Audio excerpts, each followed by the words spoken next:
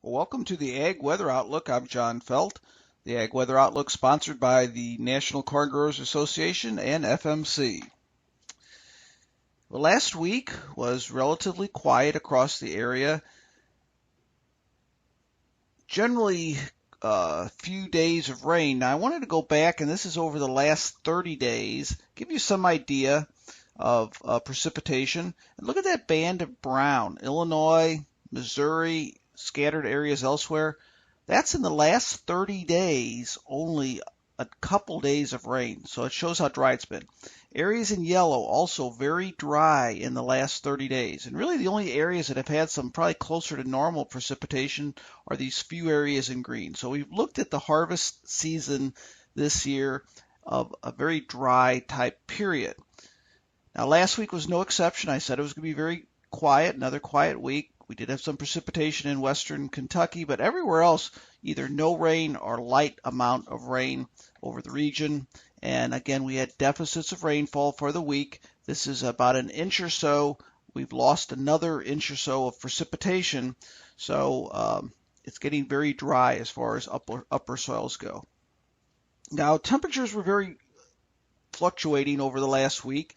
We started out with very mild conditions. We ended up with very chilly conditions, and it averaged out, you can see here, actually it averaged out fairly close to normal over the eastern half of the Corn Belt and a little bit above normal or above normal over the west. But again, that average came out to warm temperatures and cool temperatures. So when you see sometimes where it says near normal, that was averaged out by not necessarily extremes, but definitely differences of temperature. So I think one of the stories we're seeing here is really drying soils. And if you look here, you can see that we're looking at very dry soils in all this area here in yellow.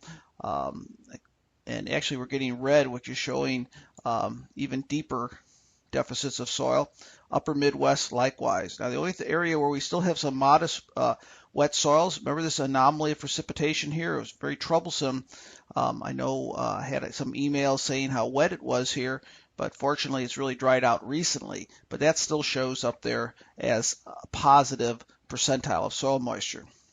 We're also beginning to see on the drought monitor emerging drought, abnormally dry in areas of yellow, so we're getting a patchwork. So the story really is of drying soils, emerging drought over parts of the Corn Belt. That's something I'm going to be watching extremely close over the winter months going into next year. Okay, so let's get into the weather here. Here's the jet stream. Remember last week I said we were having this sort of amplified flow with sort of a ridge in the west and a trough in the east. Blue is indicating your trough, but look at this. This is the average for this week.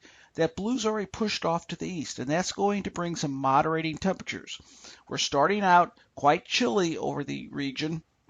Then as the week goes through, we're going to moderate back closer to normal. And then when we look at the temperatures here for the week, you can see large parts of the region, the central Corn Belt, near normal, west above normal a bit, east still lingering in that cool air. So that's going to be the story this week. The moderating air won't be as much over the east, but it'll definitely be in the central and the west, bringing temperatures back to normal, or in the western Corn Belt, even a bit above normal. Now we have been, as expected, getting seasonal frost and freeze. Gives you some idea Sunday morning of where frost and freeze might be. It's going to be impacting the eastern half of the Corn Belt more, but we've certainly had it in the west with this cold snap pushing in.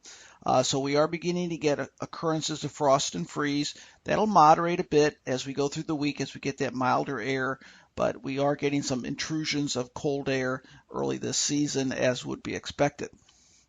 Okay, now let's go out October 22nd through 27th. It looks like the jet stream is a bit above normal. I don't see that dip in the jet stream as much. It's a little bit more of a sort of what we call a zonal flow west to east. And when we get that zonal flow west to east, that tends to equalize temperatures. And this looks to me like fairly close to normal temperatures, maybe even a bit above normal. So when we look at the average here, the models are saying a bit above normal as we get into that 6 to 10 day period. Certainly not as much of a possibility of the intrusion of cold air that we saw this week. Then as we get out to October 27th to November 1st, I've seen some signs here that the models aren't so reliable towards the end of the month. So let's sort of not put too much confidence in this. This is saying a fairly uneventful type pattern with near normal temperatures at this time. Now, the reason I say that is because it was showing a push of cold air, a secondary push of cold air a couple days ago, and it's not showing that now. Okay, so now having looked at the jet stream and temperature, let's look at precipitation. Looks like another very quiet week, especially over the eastern Corn Belt. No rain at all. Illinois, Indiana, Ohio for the most part. And just very light amounts of rain pretty much elsewhere, less than a half inch. So it looks like another good week in harvest operations if you're still in the midst of harvesting.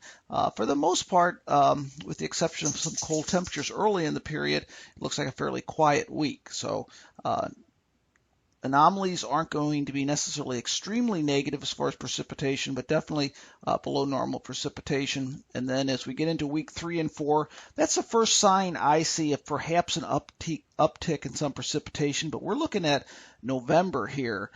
So really the rest of the month looks fairly quiet. It looks like it's good for harvest conditions.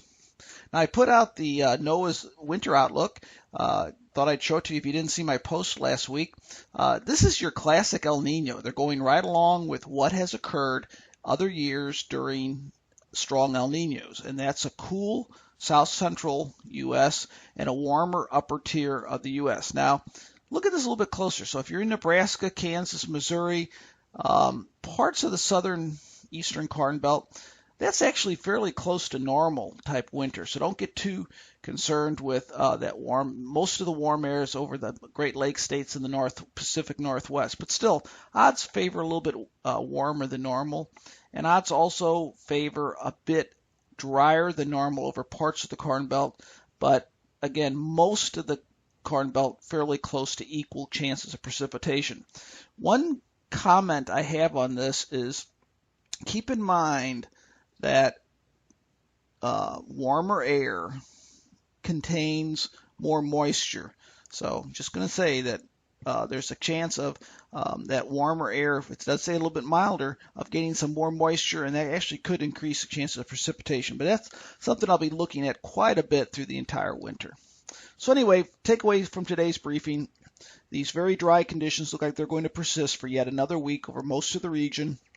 Starting off very chilly with some frost and freezing temperatures, then some moderation through the rest of the week. So I don't see anything real disruptive that would keep you out of the fields over most areas. We've had a great season so far with many days getting in there, so hopefully you're running ahead of schedule and getting things taken care of. Have a great week. If you have any questions, there's my email. I'd love to hear from you. Send me your emails. If you like my briefings and you like what I'm telling you, send me that. I'd like to hear that as well.